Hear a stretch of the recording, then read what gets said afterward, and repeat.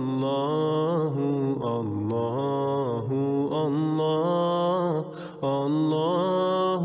اللہ اللہ اللہ۔ جتنے معجزات ہیں وہ دلیل نبوت ہیں، وہ مقاصد نبوت نہیں ہے، بلکہ مقاصد نبوت کے سمجھنے کے لیے دلائل نبوت ہیں۔ تو ان معجزات میں اللہ کے رسول صلی اللہ علیہ وسلم پر اللہ پاک نے اپنی قدرت کو اور اپنے محبوب نبی کی محبت کو اور ان کے ذات بابرکت سے نکلنے والی برکتوں کو ظاہر فرمایا۔ صحابہ کہتے ہیں کہ مسجد نبی کے صحن میں ہم بیٹھے ہیں اور آقا رحمت صلی اللہ علیہ وسلم تشریف فرما ہے۔ اتنے میں نبی رحمت صلی اللہ علیہ وسلم نے مسجد نبی کے صحن میں پڑے ہوئے کنکریوں کو اپنے دست مبارک میں اٹھایا۔ جب اٹھایا تو ان کنکریوں کے اندر سے لا الہ الا اللہ اور محمد الرسول اللہ کی آواز گونجنے لگی۔ تو ہم خوشی کے مارے جھومنے لگے، یا اللہ جن کلمات کو آپ کے اچھے خاصے عقل و ذہن رکھنے والے انسان قبول کرنے تیار نہیں،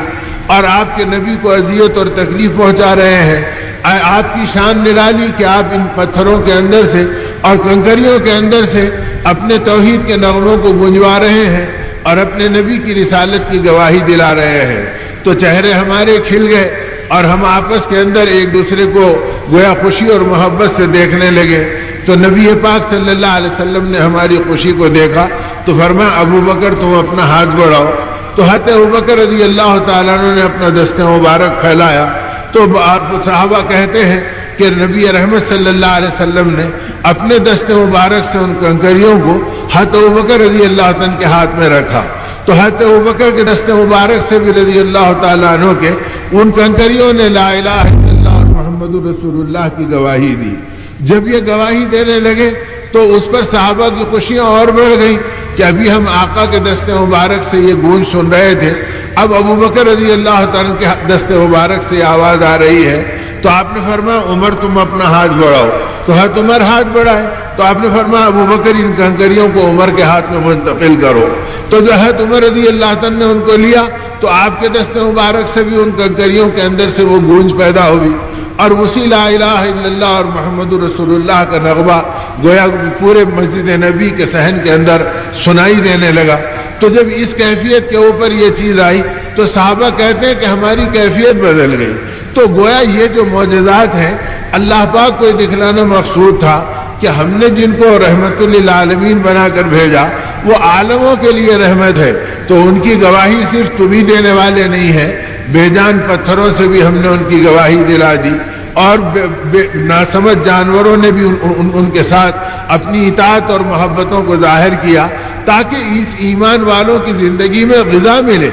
اور ان کو اپنے محبوب نبی صلی اللہ علیہ وسلم کی رسالت کی عظمت ملے اور آقا کی اطاعت سمجھ میں آئے کہ اطاعت کا راستہ ہماری زندگی میں کیا ہے۔ تو کبھی آپ صحابہ نے یہ دیکھا کہ اسی مسجد نبی کا صحن ہے اور رحمت عالم صلی اللہ علیہ وسلم تشریف فرما ہے، فجر کی نماز ہوئی ہے اور آپ صحابہ کی طرف پلٹ کر بیٹھے ہیں اور ان سے تکلم فرما رہے ہیں۔ اتنے میں صحابہ کہتے ہیں ایک ہرنی آئی اور وہ چھلانگ لگاتے ہوئے اور ہمارے کاندھوں سے پھلانگتے ہوئے آقا دو جہاں رحمت عالم صلی اللہ علیہ وسلم کے سامنے کھڑی ہو گئی، اور ہو گئی تو اس کی آنکھوں سے آنسو ٹپکنے لگے اور وہ اپنی زبان میں کچھ گنگنانے لگی۔ نبی رحمت صلی اللہ علیہ وسلم نے سکوت اختیار کیا اور ہم سے گفتگو کرنے کو روک لیا اور اس کی طرف متوجہ ہو کر اس کی بات کو ہمتن سننے لگ گئے۔ تو ہم سوچ میں پڑ گئے کہ آقا کے ساتھ کیا معاملہ ہو رہا ہے اور آقا اس کے ساتھ کیا کرم کا اظہار فرما رہے ہیں۔ تھوڑی دیر میں جب وہ چپ ہوئی تو ہم نے آپ کی طرف دیکھا اور فرمایا اللہ کے حبیب یہ کیا ہو رہا ہے؟ تو آپ صلی اللہ علیہ وسلم نے فرمایا اے لوگوں یہ ہرنی مجھ سے فریاد کرنے کے لیے آئی ہے اور کہہ رہی ہے کہ اے اللہ کے رسول صلی اللہ علیہ وسلم میرے 2 دودھ پیتے بچے تھے اور میں ان کے ساتھ جھاڑیوں کے اندر تھی، بچے کھیلتے ہوئے جھاڑیوں کے باہر آ گئے اور آپ کے کسی امتی نے ان کو اٹھا لیا اور اندھیرے میں لے کر چلے گیا، میں اپنے بچوں سے محروم ہو گئی ہوں اور اللہ نے آپ کو رحمت للعالمین بنا کر بھیجا ہے، میں آپ کی بارگاہ میں فریاد لے کر آئی ہوں کہ میرے بچوں کے لیے آپ سفارش کر کے مجھے دلا دیجئے۔ حضور پاک صلی اللہ علیہ وسلم نے فرمایا کہ اللہ پاک نے اس کو میرے پاس بھیجا ہے اور یہ مجھ سے فریاد کر رہی ہے کیا تم میں کوئی ایسا ہے جس نے اس کے بچوں کو اٹھایا؟ تو ایک صحابی رسول صلی اللہ علیہ وسلم کھڑے ہوئے اور انہوں نے کہا کہ آقا میں نماز کے لیے آ رہا تھا، اندھیرے میں جھاڑیوں میں سرسراہٹ ہوئی اور دو چھوٹے سے بچے باہر نکل کر آ گئے، مجھے اچھے نظر آئے، بھلے دکھے، میں نے ان کو اٹھا لیا اور گھر چھوڑ کر یہاں پر آیا ہوں، اگر آپ حکم دیں تو میں انہیں چھوڑنے کے لیے تیار ہوں۔ آپ نے فرمایا میں اس کی سفارش کرتا ہوں کہ تم اس کے بچوں کو اس کے حوالے کر دو۔ وہ دوڑے ہوئے گئے اور لا کے بچوں کو آپ کے سامنے چھوڑا، وہ بچے ہرنی سے لپٹ گئے اور وہ ان کو چاٹتی ہوئی لے کے چلی گئی۔ نبی رحمت صلی اللہ علیہ وسلم اس کو مسکرا کر دیکھتے رہے۔ تو گویا قیامت تک یہ جو معجزات ہیں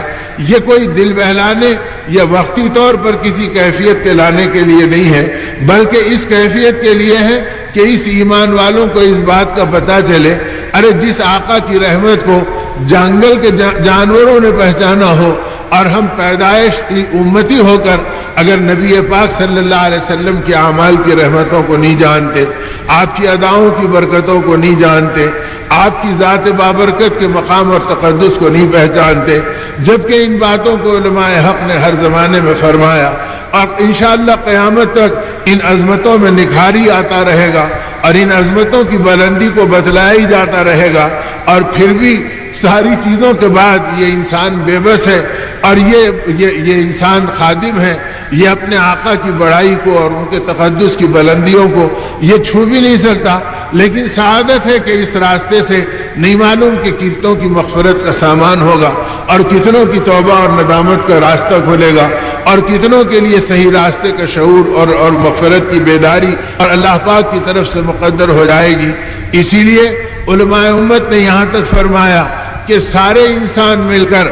ایک ایمان کے مقام کو نہیں پہچان سکتے، ایمان کا مقام اتنا بلند ہے اور ایمان والا اللہ کی نگاہ میں اتنا محبوب ہے، اور جیسے سارے انسان مل کر ایک مومن کی قیمت کو نہیں جان سکتے،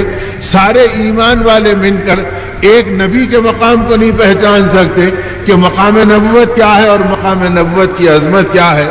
اور جیسے سارے مومن مل کر ایک نبی کے مقام کو نہیں پہچان سکتے، سارے انبیاء مل کر محمد الرسول اللہ صلی اللہ علیہ وسلم کے مقام کو نہیں جان سکتے۔ آقا کا مقام تو آقا کے بھیجنے والے اور آقا کے بنانے والا ربی پہچانتا۔